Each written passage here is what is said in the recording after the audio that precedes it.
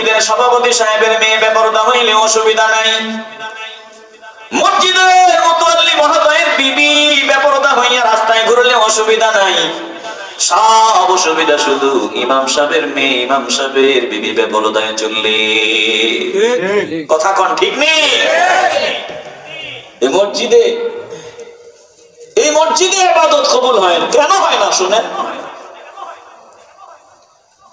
ভালো করে খেয়াল করে নেন, ইমাম সাহেবের বিবি, ইমাম সাহেবের ফুরি যদি দেখেন আপনাদের পাশের একটা বাজারে গিয়া বাজার করতেছে, মাথায় একটা কাপড় নাই, ওড়না নাই, চেহারাটা দেখাইয়া দেখাইয়া বাজারে ঘুরতেছে, একটা মুসল্লির নজরে যদি পড়িয়া যায়, মুসল্লি মিছিল দেওয়া শুরু করবে, এই যাদের ইমাম সাহেব আমগো মসজিদের ইমামের মুসল্লায় যার দাঁড়ানোর যোগ্যতা রাখে না, তাড়াতাড়ি এটাকে বাহির করার ব্যবস্থা করে। চলে কোন ঠিক কিনা?